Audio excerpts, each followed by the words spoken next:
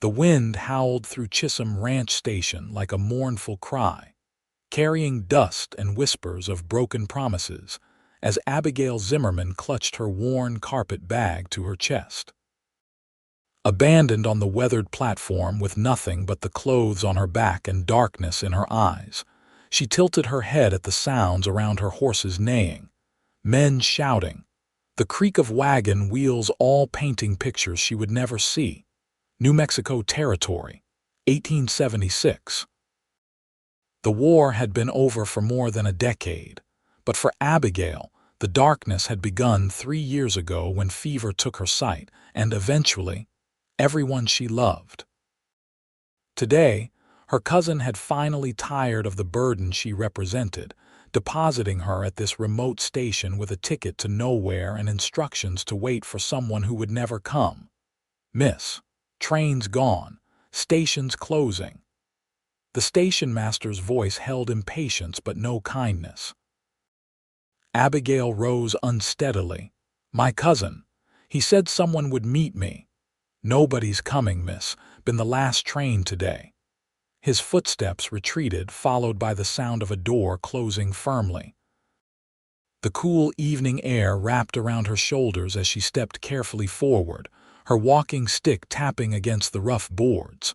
1 step, 2 steps, then her foot met air and Abigail tumbled forward with a cry. Whoa there! Strong hands caught her before she hit the ground. Careful now. The voice was deep, rough-edged but gentle. Abigail could smell leather, horses, and something earthy like sage. I'm sorry, she whispered, clutching at the stranger's arms. I can't see. A pause. You're blind. Yes. And you're out here alone, she nodded, swallowing her pride. My cousin was supposed to arrange for someone to meet me, but they didn't. His voice hardened slightly. What's your name, miss? Abigail Zimmerman. I'm Zachary Pemberton. His hand steadied her as she found her footing. You got somewhere to go, Miss Zimmerman. The question brought tears to her eyes that she fought to hold back. No, I don't. The wind gusted again and she shivered. It'll be dark soon, Zachary said, his voice thoughtful, and it's fixing to storm. Can't leave you here. Please, I don't want charity. It's not charity to help someone who needs it. His voice brooked no argument. My ranch is about 10 miles west of here. You can stay the night and we'll figure things out come morning. Before she could protest further, his calloused hand took hers. I reckon you'd be more comfortable in a wagon than on horseback. Wait here a minute. She listened as his boots crunched away across the gravel, then returned with the creaking of wheels. Gentle hands guided her up to a wooden bench. It's not much, but it's sturdy, Zachary said, settling beside her. With a click of his tongue, the horses started forward. You've been blind long, Miss Zimmerman. 3 years. Fever. I see. He fell silent for a moment. My mother lost her sight when I was young. Taught herself to do everything by feel. Strong woman. Abigail's fingers tightened on her bag. Is she still? No, lost her 5 years back. I'm sorry. The wagon jostled over a rut. Life out here's never been easy on women, Zachary said, especially those alone. The meaning behind his words was clear. A blind woman alone had few prospects beyond beggary or worse. Her cousin had known that when he abandoned her. Where are you from originally, Miss Zimmerman? Boston. My parents died in '73, and my cousin brought me west, thinking the air might help my condition. Zachary gave a soft, cynical snort. And then he left you at a station in the middle of nowhere. He has a family to consider, she said, though the defense felt hollow even to her ears.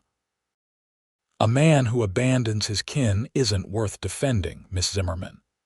They traveled in silence for a while, the steady clop of hooves and the creak of the wagon wheels the only sound.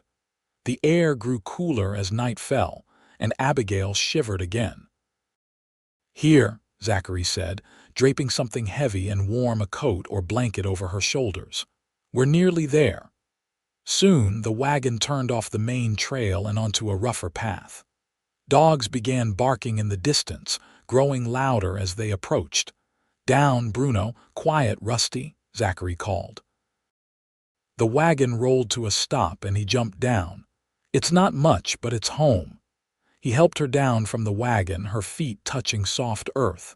The air smelled different here, of hay and horses, wood smoke and cooking. "Zach, that you?" a female voice called. "Yes, Mrs. Holloway." "We've got a guest." Footsteps approached and a warm female voice spoke. "Good heavens, child, you're half frozen. Come inside." Gentle hands took her arm, different from Zachary's, smaller, softer. "This is Mrs. Holloway," Zachary explained. "She keeps house for me." "Abigail Zimmerman," she introduced herself, allowing herself to be led forward. "The poor girl's blind, Mrs. Holloway," Zachary added in a lower voice. "Found her abandoned at the station." "Lord have mercy," Mrs. Holloway muttered. "Come along, dear. Let's get you warmed up." Inside, the smell of stew and fresh bread wrapped around Abigail like an embrace. Mrs. Holloway guided her to a chair by what must have been a fireplace, judging by the warmth. "I'll fetch you some food," the older woman said, her footsteps retreating. "Thank you for your kindness, Mr. Pemberton," Abigail said in the direction she thought Zachary stood. "Just Zach is fine," he replied, his voice coming from her right. "And it's no trouble. No decent man would leave a blind woman stranded. Still, I won't impose on you. If you could help me find passage to Santa Fe tomorrow." "And what would you do in Santa Fe?" he interrupted. The question stopped her short. She had no answer. "I thought so," Zachary said, not unkindly. "Look, Miss Zimmerman, Abigail, please." "Abigail, then." "You're welcome to stay here until you figure things out. No rush." Mrs. Holloway returned then, pressing a bowl into Abigail's hands. "Careful, it's hot." The stew was rich and flavorful, the best food Abigail had eaten in months. As she ate, she listened to Zachary and Mrs. Holloway discuss the ranch cattle to be moved, a fence needing repair, supplies to order from town. Ordinary concerns that made her chest ache with longing for normalcy. "You'll take my room tonight," Mrs. Holloway announced when Abigail had finished eating. "I'll bunk with my granddaughter in the small house out back." "Oh no, I couldn't. You most certainly can. Come along now, you must be exhausted." Too tired to argue, Abigail allowed herself to be led to a small but comfortable bedroom. Mrs. Holloway helped her undress and provided a nightgown that smelled of lavender. "Mr. Pemberton seems like a good man," Abigail ventured as the older woman turned down the bed. "One of the best," Mrs. Holloway affirmed. "Lost his wife and baby son to childbed fever 7 years back. Doesn't talk about it much. Keeps to himself mostly, but he's fair and kind." Abigail thought of the strong hands that had caught her, the deep voice that held no pity, only understanding. He mentioned his mother was blind. Yes, for the last 10 years of her life, taught him patience, that did. "Now get some rest, child. Tomorrow's soon enough to worry about what comes next." Left alone, Abigail slipped between cool sheets and listened to the unfamiliar sounds of the ranch at night, distant cattle lowing, the occasional bark of a dog, the whisper of wind through trees. For the first time in months, she felt something like peace. Dawn came with the crowing of roosters and the bustle of ranch life already in motion. Abigail dressed carefully in her travel-worn clothes, using her other senses to orient herself in the unfamiliar room. A knock came at the door. "Abigail, it's Mrs. Holloway. May I come in?" "Yes, please." The door opened. "I've brought you some fresh clothes, nothing fancy, just some things my granddaughter's outgrown. She's a bit taller than you, but they'll do until we can get you properly outfitted." "That's very kind, but I don't want to be a charity case." Mrs. Holloway clicked her tongue. "Neighbors helping neighbors isn't charity, child. It's the way of things out here." Abigail allowed herself to be dressed in a simple cotton dress that felt worn but clean. "Mrs. Holloway brushed and braided her hair, then led her to the kitchen for breakfast. The smell of coffee and bacon filled the air, along with the sound of male voices, Zachary's and another she didn't recognize. "Morning, Miss Zimmerman," Zachary greeted her. "This is Miguel Sanchez, my foreman." "Pleased to meet you, señorita," a voice with a slight accent said. "Thank you," Abigail replied, allowing Mrs. Holloway to guide her to a chair. "We were just discussing the spring roundup," Zachary explained. "Miguel thinks we should start next week." "Don't let me interrupt your work," Abigail said, embarrassed at being the center of attention. "Not at all. Work's always there waiting," Zachary replied. "I was thinking if you're up for it, I could show you around the ranch today, help you get your bearings." The consideration in his offer brought a lump to her throat. "I'd like that." After breakfast, Zachary led her outside, patiently describing everything as they walked.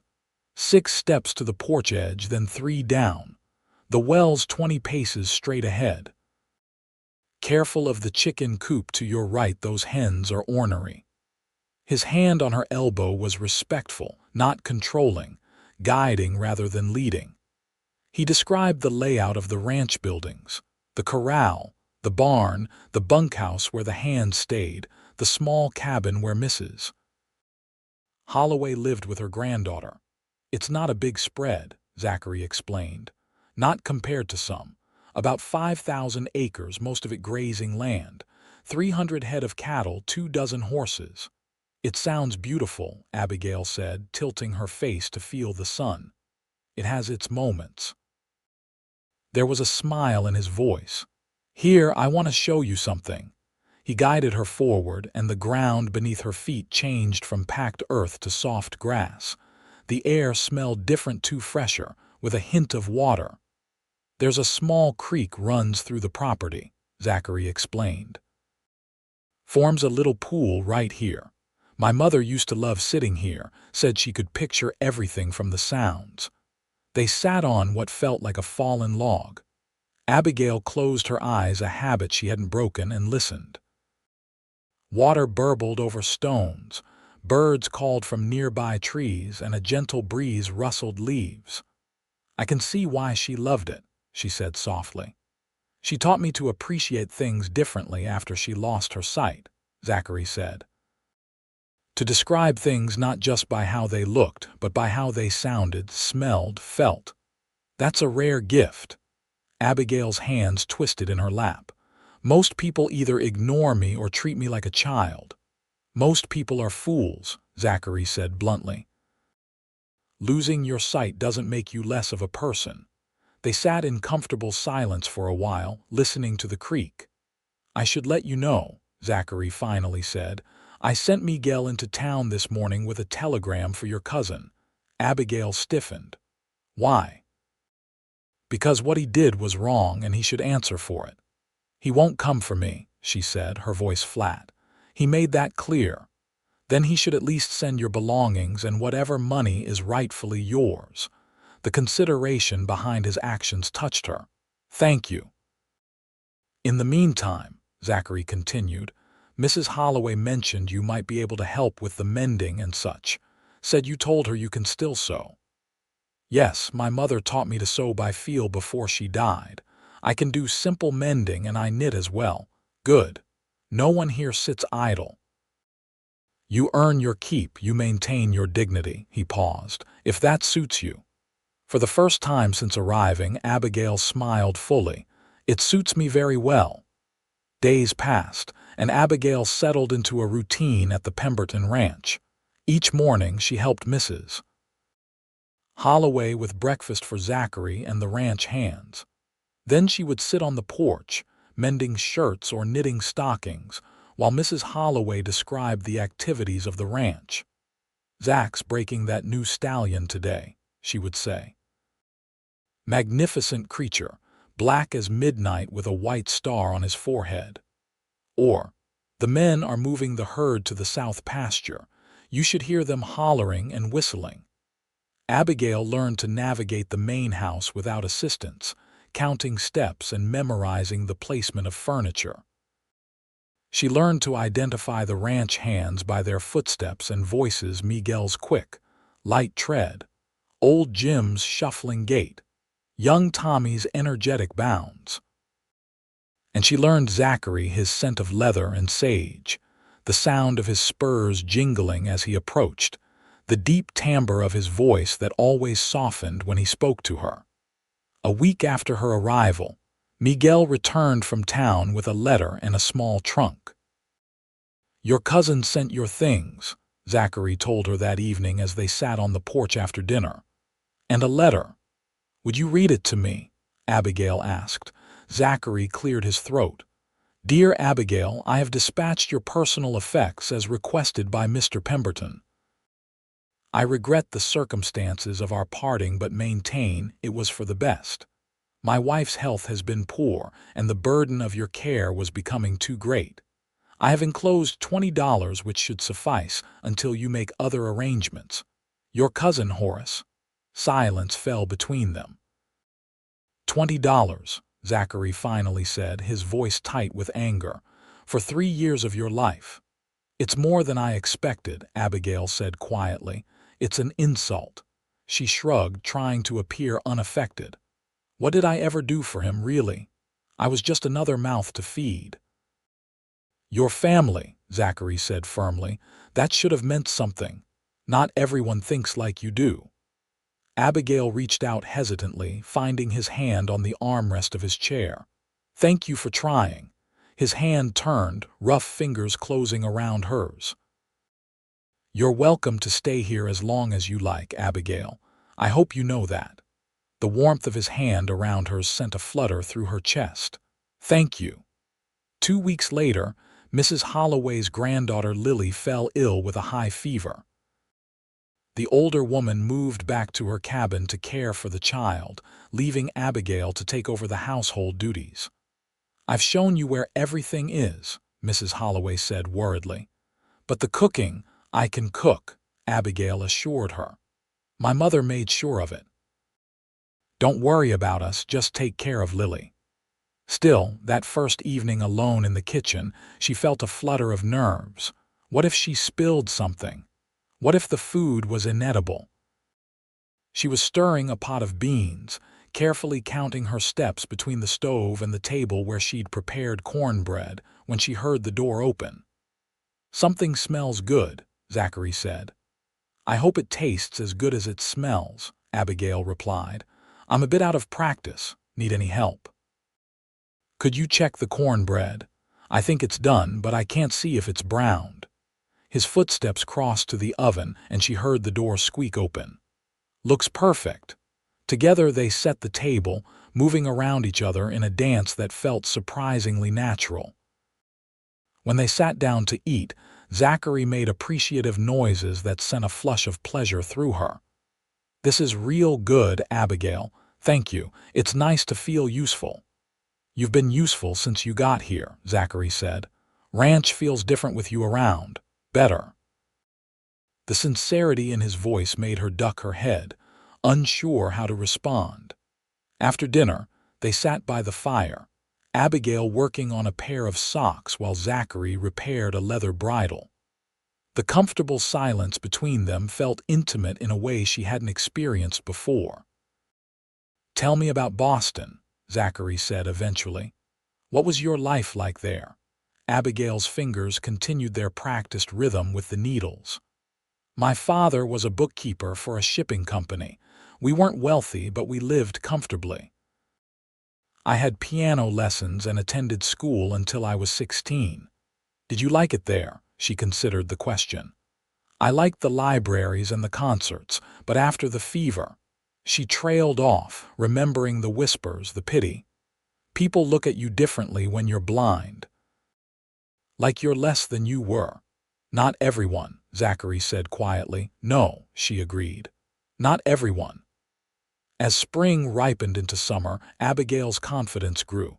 She could now manage the house entirely on her own, cooking meals, keeping things tidy, even helping Mrs. Holloway with preserving fruits and vegetables from the kitchen garden. Her hands were rarely idle, and for the first time since losing her sight, she felt truly competent. But it was the evenings she cherished most, sitting with Zachary on the porch or by the fire, talking or simply enjoying each other's company in silence. Sometimes he'd read to her from one of the few books. He owned mostly practical manuals on ranching, but also a worn copy of Shakespeare's sonnets that had belonged to his mother. His deep voice made the poetry come alive, and sometimes Abigail found herself holding her breath, not just from the beauty of the words but from the nearness of him. One warm evening in June, they sat on the porch after dinner, listening to the night sounds of the ranch. "Storm's coming," Zachary observed. "Can smell it on the wind." Abigail lifted her face, feeling the change in the air. "Will it be bad?" "Nah, just a summer thunderstorm. Good for the grass." He shifted in his chair. "Miguel spotted mountain lion tracks up in the north pasture today. Lost a calf." "Will you hunt it?" "Have to. Can't afford to lose stock." He cleared his throat. "That means I'll be gone overnight tomorrow, maybe longer." "I'll be fine," she assured him. "Mrs. Holloway can stay with me if you're worried." "It's not that," he said. He trailed off. "What is it, Zach?" He was silent so long she thought he might not answer. Then, "I've gotten used to our evenings together. I'll miss them." The simple admission sent warmth spreading through her chest. "I'll miss them too."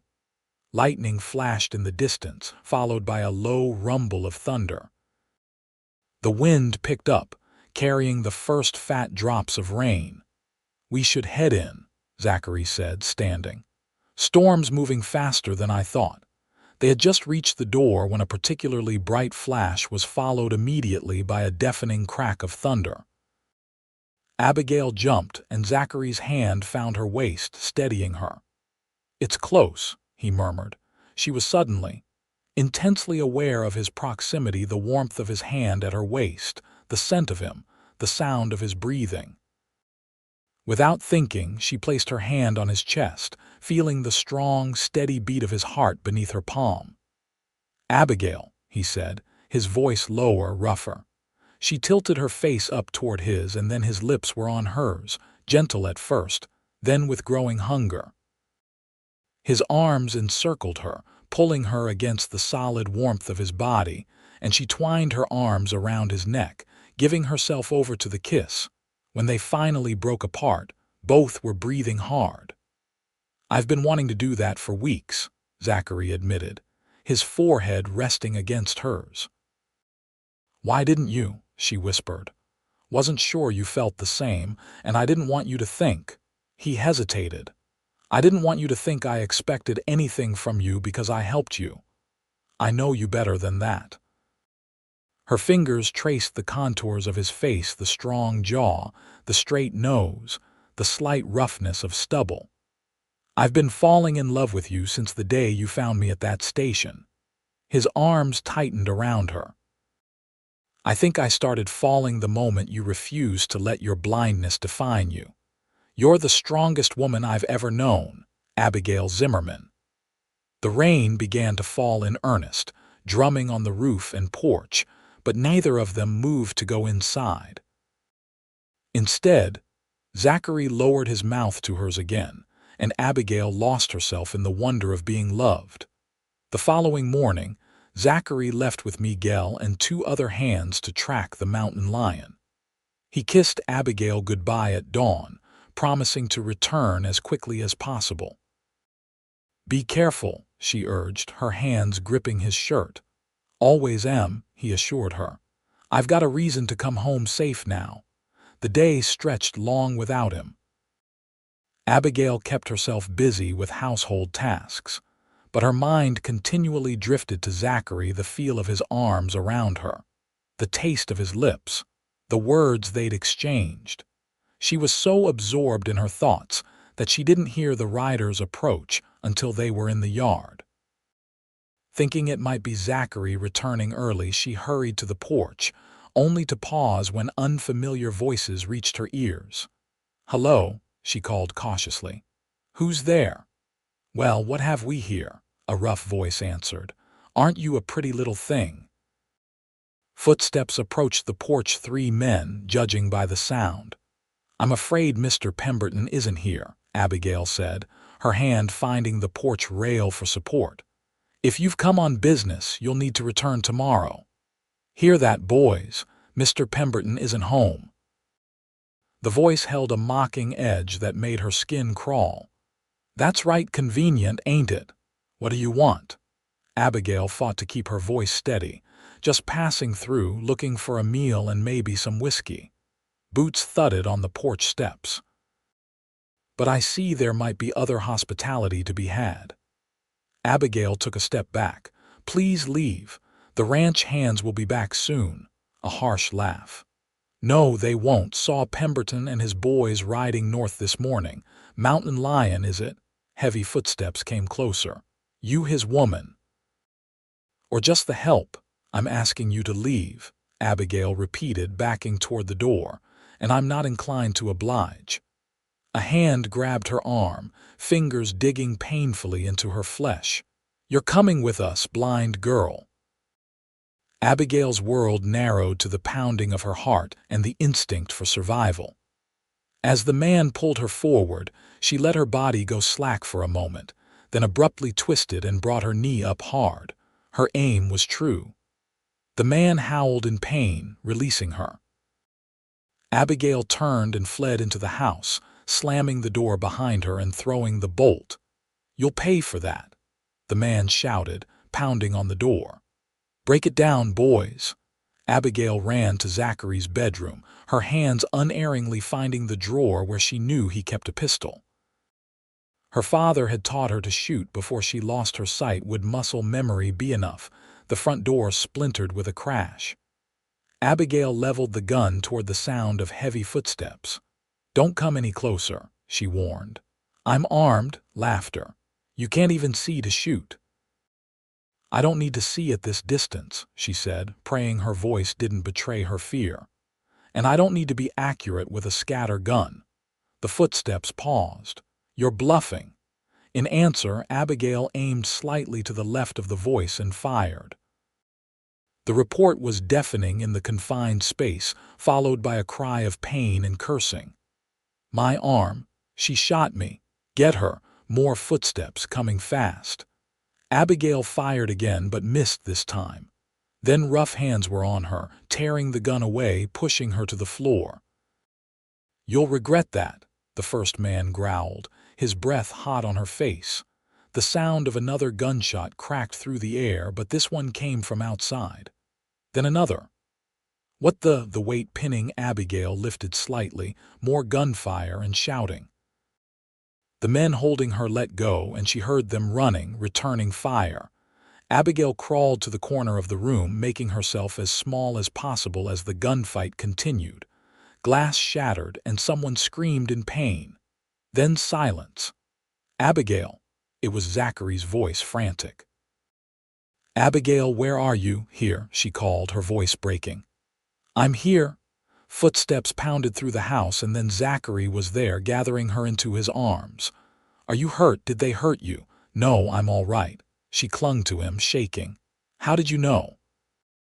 "Miguel spotted their tracks crossing ours. 3 men heading toward the ranch." His arms tightened around her. "I've never ridden so hard in my life." "Are they?" "2 dead. 1 ran off, wounded." Zachary's voice was grim. "They won't be back." He helped her to her feet, keeping his arm around her. "We got the mountain lion too, found her with cubs. Couldn't kill her, so we relocated them deeper into the mountains." The mundane information grounded her, helping to calm her racing heart. "You're a good man, Zachary Pemberton." "I wasn't fast enough today." Self-recrimination laced his words. "I should never have left you alone." "You couldn't have known," Abigail said, "and I'm all right, truly." He led her carefully through the house to the kitchen, settling her in a chair while he poured her a cup of water. She could hear Miguel and the others outside dealing with the aftermath.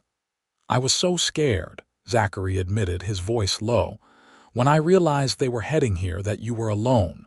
"But you came," she said simply. "You came for me." His hand found hers on the table, squeezing tight. I'll always come for you, Abigail. Always." That night, Zachary insisted on sleeping on the floor beside Abigail's bed, unwilling to leave her alone after her ordeal. She fell asleep to the sound of his steady breathing, feeling safer than she had in years despite the day's events.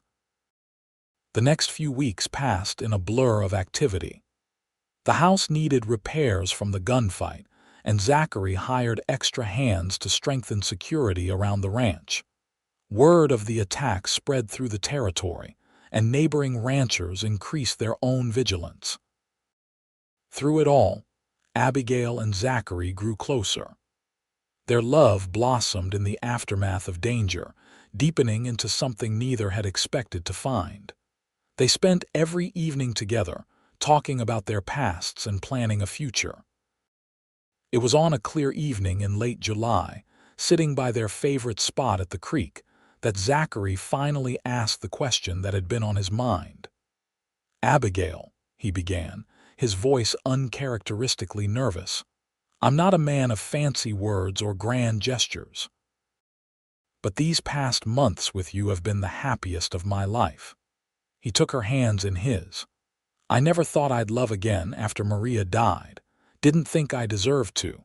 But you've shown me that there's still joy to be found in this world, still goodness and hope." Abigail's heart pounded as she realized where this was leading. "I'm asking if you'll marry me," Zachary said. "If you'll make this ranch your home, not just as my guest or my housekeeper, but as my wife." Tears filled Abigail's eyes. "Yes," she whispered. "Yes, Zachary, I'll marry you." His arms encircled her, and his lips found hers in a kiss that sealed their promise. They were married 2 weeks later in a simple ceremony at the ranch. Mrs. Holloway decorated the front porch with wildflowers, and the local minister rode out to perform the service. Neighboring ranchers and their families attended, curious to meet the blind woman who had captured Zachary Pemberton's heart. Abigail wore a dress of cream-colored silk that Zachary had ordered specially from Santa Fe. Mrs. Holloway described it to her in loving detail: the delicate lace at the collar and cuffs, the tiny pearl buttons down the back, the modest train that swept the porch boards as she walked. "You look beautiful," Zachary whispered when she joined him before the minister. "I wish you could see yourself." "I can see myself through your eyes," Abigail replied. "And that's enough." They spoke their vows with clear, steady voices, promising to love and cherish each other for all the days of their lives. When the minister pronounced them husband and wife, Zachary's kiss was tender with promise, and the assembled guests cheered their approval. The celebration lasted well into the evening, with music and dancing and more food than Abigail had ever prepared. She danced in Zachary's arms, trusting him to guide her steps, just as he had guided her from that lonely train station into a new life. Later, in the privacy of what was now their bedroom, their lovemaking was gentle and reverent, each touch a discovery, each whispered word a vow renewed. Abigail, who had once thought her blindness made her unlovable, found herself cherished for exactly who she was. "I love you," Zachary murmured as they lay entwined in the aftermath. "Every day for the rest of my life, I'll love you." "And I love you," Abigail replied, her fingers tracing the beloved contours of his face. "My lonesome cowboy who led me home." Life as Mrs. Zachary Pemberton settled into a rhythm that suited Abigail perfectly. She ran the household with quiet competence, guided by touch and memory and occasional assistance from Mrs. Holloway. The ranch hands quickly adjusted to her blindness, learning to announce their presence and ask before helping her with tasks. "Mrs. Pemberton," Miguel would say, "the new calves have arrived. Would you like to meet them?" He would guide her to the barn, placing her hands on the soft, warm bodies of the newborns, describing their markings and antics. All the hands took pride in being her eyes, competing to provide the best descriptions of sunsets or wildflowers or approaching storm clouds. Zachary remained her most devoted companion, though. In the evenings, after the day's work was done, they would sit together on the porch or by the fire, and he would tell her everything he'd seen that day: the eagle soaring over the north pasture, the way the sunlight dappled through the cottonwoods by the creek, the first signs of autumn touching the distant mountains.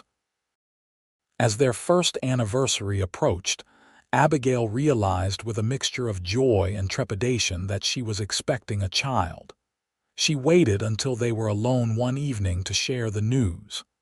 "Zach," she said, taking his hands in hers, "I have something to tell you." His fingers tightened on hers. "What is it, love? You feeling all right?" "I'm feeling wonderful," she assured him. "But I'm going to have a baby." Silence greeted her announcement, and for a moment Abigail's heart faltered. Then Zachary let out a whoop of joy and swept her into his arms, spinning her around the room. "A baby!" he exclaimed, setting her gently back on her feet. "When? Early spring, I think, April or May." His hand moved to rest on her still flat stomach. "A son or daughter?" he marveled. "Our child." Only later, as they lay in bed, did he voice the concern that had momentarily silenced him. "Abigail, are you afraid, after what happened with Maria?" She understood his fear. His first wife had died giving birth to their son, who had not survived either. "I'm not afraid," she said, stroking his face. "The doctor in town said I'm healthy and strong. We'll take every precaution." Zachary pulled her close. "I couldn't bear to lose you." "You won't," she promised, praying it was a promise she could keep. The pregnancy progressed well through the fall and winter. Zachary insisted on hiring a young woman from town, Clara Wilson, to help Abigail with the household duties. At first, Abigail resisted, not wanting to relinquish her independence, but as her body changed and certain tasks became more difficult, she grudgingly admitted the help was welcome. "I just don't want to be useless," she confessed to Zachary one night. "You could never be useless," he said firmly. "You're carrying our child. That's the most important job on this ranch right now." As her due date approached, Zachary became increasingly protective, rarely letting her out of his sight. He arranged for the doctor to stay at the ranch for the week before and after the expected birth, converted a downstairs room into a nursery, and read every medical text he could find on childbirth and infant care. "You're going to wear yourself out before the baby even arrives," Abigail teased. "Just being prepared," he replied. "Nothing's too good for you and our child."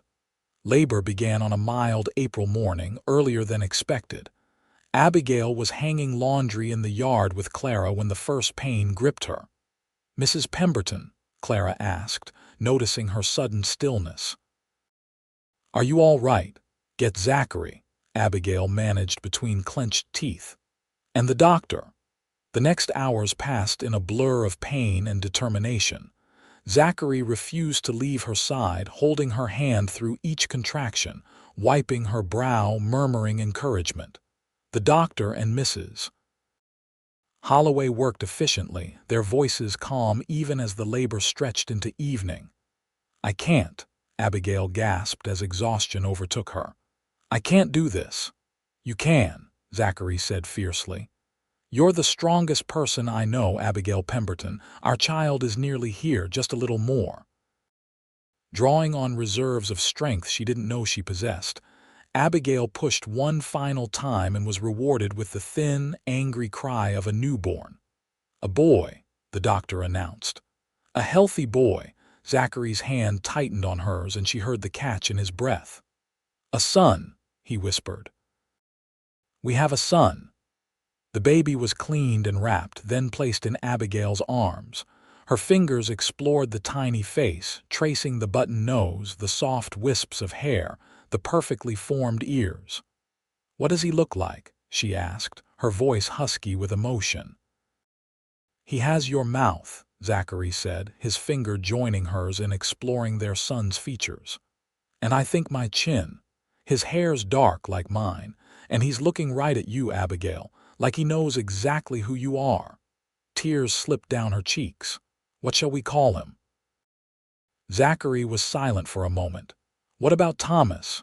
After your father?" The suggestion touched her deeply. "Thomas Zachary Pemberton," she said, testing the name. "It's perfect." Young Thomas thrived, growing from a tiny, squalling infant into a robust, curious baby with remarkable speed. Zachary took to fatherhood with enthusiasm, often carrying the baby with him around the ranch in a sling Mrs. Holloway fashioned. "He's showing him the cattle," Miguel reported to Abigail one afternoon, "telling that tiny baby all about breeding stock like he understands every word." Abigail laughed.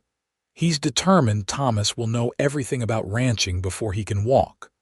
Her own relationship with her son was different but no less profound.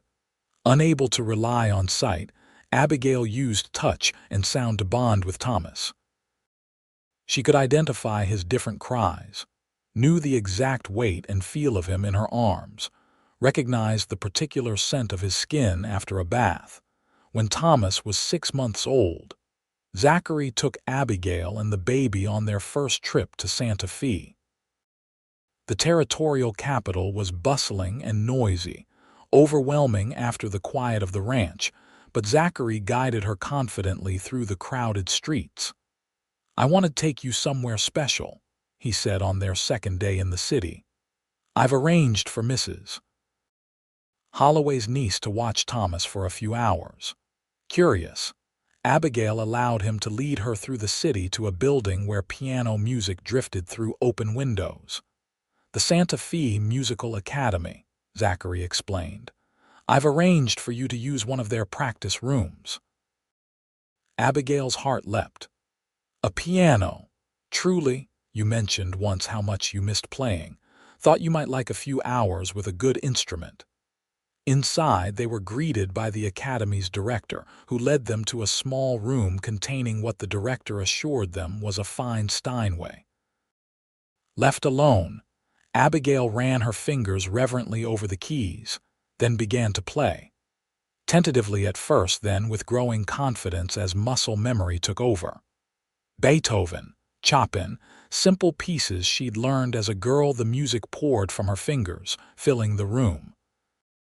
She was so absorbed she didn't hear the door open.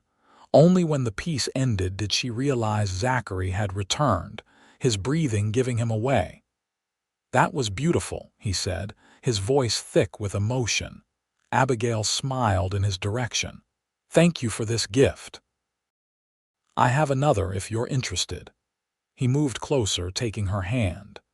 "The academy is looking for a piano teacher, someone who can come once a week to teach beginners. The director was very impressed with your playing." Abigail's breath caught. "You think I could teach?" "Even though I can't see the students, I think you can do anything you set your mind to," Zachary said simply. "And I think you miss music more than you let on." He was right. For all her happiness at the ranch, there had been a hole in her life where music had once been. "Would you mind?" "It would mean a day away from the ranch each week. I want you to be fulfilled, Abigail, in every way." His hand squeezed hers. "Besides, Thomas and I could come with you, make a day of it in town." The arrangement proved successful beyond Abigail's expectations. Her students, mostly children from prominent Santa Fe families, were fascinated by their blind teacher who could identify wrong notes by ear and guide their hands into proper position through touch. Soon, she had more students than she could accommodate in a single day. As Thomas grew from baby to toddler, life at the ranch settled into a new pattern. Zachary expanded their cattle operation, hiring more hands and improving the breeding stock. The Pemberton brand became known throughout the territory for quality. When Thomas was 3, Abigail discovered she was expecting again. This pregnancy was easier than the first, perhaps because she knew what to expect, perhaps because life on the ranch had made her stronger. "Another spring baby," Zachary noted when the doctor confirmed a March due date. "Seems fitting somehow." Thomas was fascinated by the idea of a sibling. "Baby in Mama's tummy," he would announce to visitors, placing his small hands on Abigail's growing belly. "I be big brother." The birth was quicker this time, less frightening. Zachary was again at her side throughout, his strength sustaining her when her own flagged. Their daughter arrived just before dawn, her lusty cries filling the room. "She has a temper," the doctor observed with a chuckle. "Takes after her father, I'd say. What does she look like?" Abigail asked as the newborn was placed in her arms. "She's beautiful," Zachary said, his voice awed. "Lighter hair than Thomas had, almost blonde, your delicate nose. And she's got the longest eyelashes I've ever seen on a baby." "Margaret," Abigail decided. "After your mother." "Margaret Rose Pemberton." "It's perfect," Zachary agreed, his finger tracing the baby's cheek. "Hello, little Margaret, welcome to the world." Thomas was initially suspicious of his new sister. "She's red," he observed when allowed to see her, "and wrinkly." "You look just the same when you were born," Zachary told him, "but you'll be her big brother to protect her and teach her things." The boy considered this responsibility seriously. "I teach her horses," he decided, "and counting." Life with 2 children was busier but immeasurably richer. Thomas, now nearly 4, was a whirlwind of energy and questions. Margaret proved to be a contented baby, observant and quick to smile. Abigail sometimes felt overwhelmed, especially on days when Zachary was busy with ranch work, but Clara's continued help and misses. Holloway's wisdom saw her through the difficult moments. One evening, after both children were finally asleep, Abigail joined Zachary on the porch. The spring air was cool and fragrant with blooming wildflowers. "You're quiet tonight," she observed, settling beside him on the porch swing. "Just thinking," he replied, his arms slipping around her shoulders, "about how much has changed in 5 years. 5 years since he'd found her abandoned at Chisholm Ranch Station, blind and alone.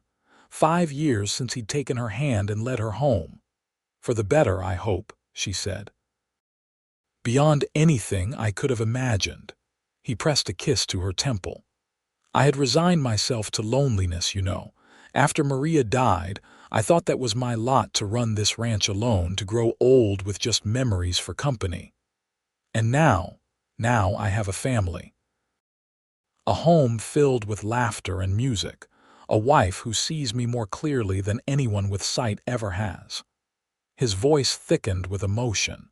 "You gave me back my life, Abigail." She turned her face to his, her hand finding his cheek. "And you gave me mine. That day at the station, when everyone else had abandoned me, you took my hand. You saw me not just a blind woman to be pitied, but a person worth knowing." "Best decision I ever made," Zachary murmured, lowering his mouth to hers. The kiss was tender, filled with the accumulated love of 5 years together. When they drew apart, Abigail rested her head on his shoulder, content to listen to the night sounds of the ranch, their home. "You ever regret it?" she asked after a while. "Bringing home a blind woman that day?" "Never," Zachary said firmly. "Not for a single moment. Even when I broke your mother's china teapot," he chuckled. "Even then.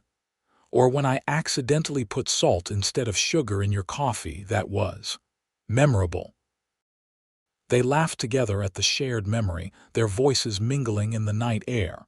"I love our life," Abigail said softly. "Every part of it." "As do I," Zachary agreed. "And I love you more with each passing day." The ranch continued to prosper over the years, as did the Pemberton family. Thomas grew into a responsible young man with his father's practicality and his mother's sensitivity. Margaret developed her mother's musical talent, eventually taking over some of Abigail's teaching duties at the Santa Fe Academy. Two more children joined the family: James, born when Margaret was 3, and Emily, a surprise blessing when Abigail was 40. Each child brought new joy, new challenges, new dimensions to their family life. Through it all, Zachary remained Abigail's anchor, her guide, her most devoted companion. He never ceased to describe the world to her: the changing seasons, the faces of their growing children, the improvements to the ranch.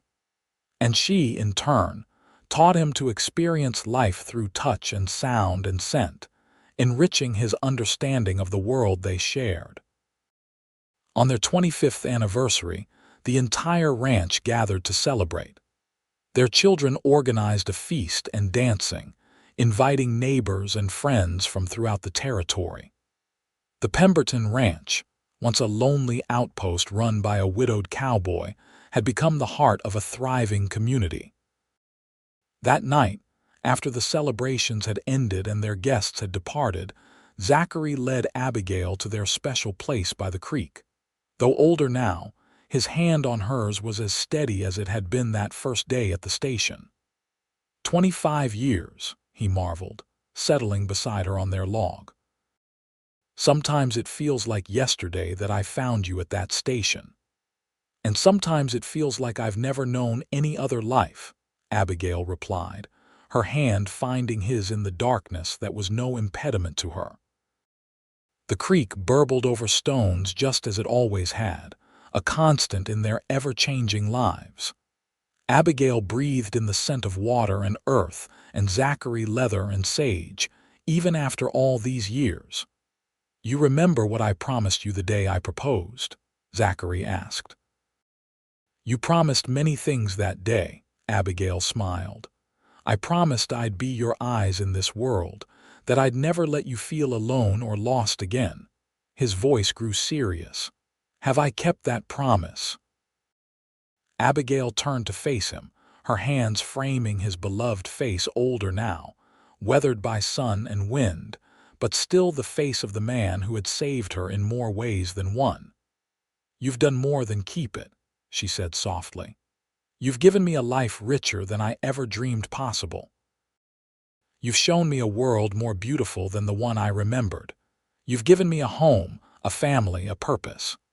She leaned forward to kiss him, feeling the smile against her lips.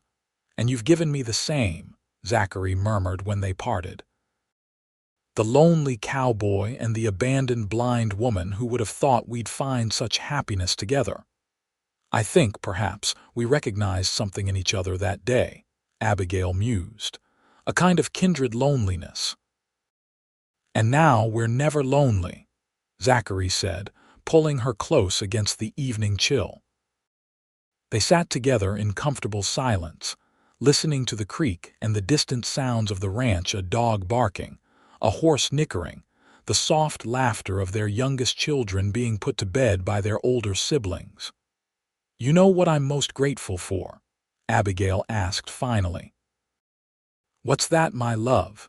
"That day at Chisholm Ranch Station, when everyone else had abandoned me, a lonesome cowboy took my hand and led me home."